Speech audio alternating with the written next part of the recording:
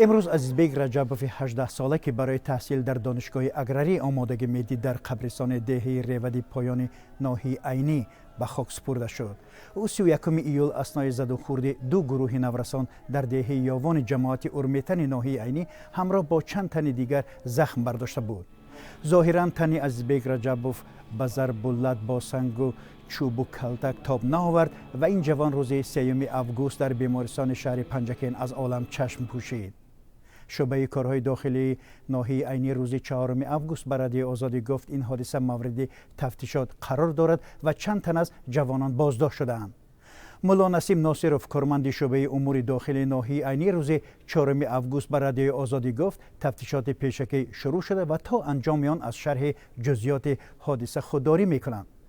نوربیبی سمیه و مادر عزیزبیگ به رادیو آزادی گفت امسال پسرش مکتب میانه را ختم کرده امتحانهای مرکز ملی تحصیل را سپرده بود و می بایست روز 3 اوگوست به دانشگاه اگراری حجت می سپرد.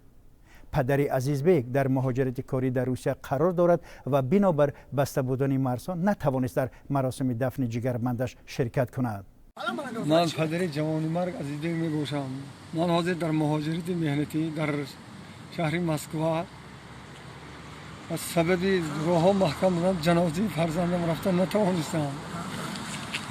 از مقامات تاجیکستان خواهش میکنم که التجا میکنم که قضیه فرزندی من را عادلانه دیده برآیند.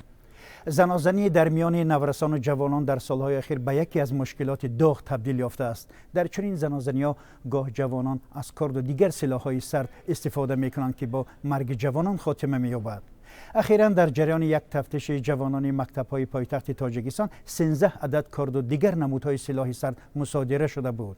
سال گذشته اثنای زنازنی دو گروه ناحیه سینای شهر دوشنبه کمش 20 نورسه مکتبخوان دستگیر شده بودند.